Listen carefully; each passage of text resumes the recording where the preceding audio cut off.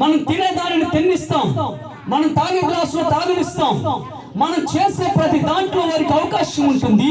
కానీ ఎప్పుడైతే వాళ్ళు మరణిస్తారో, మరణించిన తర్వాత ఇంటి బయట పెడతాము.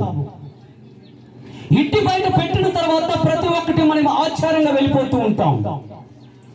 మనిషి మరణించిన తర్వాత మనం ఏం చేస్తామంటే, ఇంకొద్దండి తీసుకెళ్ళండి, ఎక్కడికి?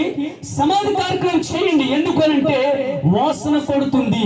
అప్పటి వరకు హత్తుకొని ముద్దులాడి ప్రేమించి ఆప్యాయతను అనురాగాన్ని పంచిన కుమారులే కావుండొచ్చు, కుమార్తెలే కావుండొచ్చు, భార్య కావుండొచ్చు, భర్త కావుండొచ్చు, ఎవరైనా కావుండొచ్చు. కానీ ప్రతి ఒక్కరు కూడా ఏం చేస్తారంటే, ఇంకా చాలు, ఏం చేయాలంటే సమాధి కార్యక్రమం చేయాలి.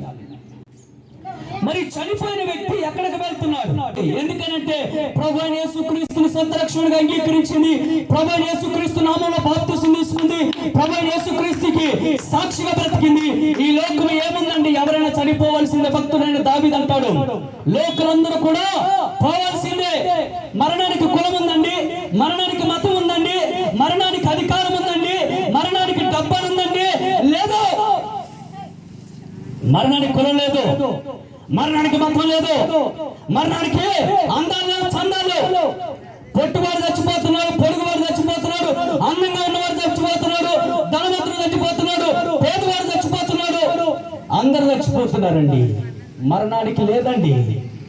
మరణం అనేది అందరికీ వస్తుంది. ఆ మరణం వచ్చినప్పుడు మరణాన్ని జయించిన దేవుడు ఈ రోజు నీకున్నాడా? అది ప్రశ్న.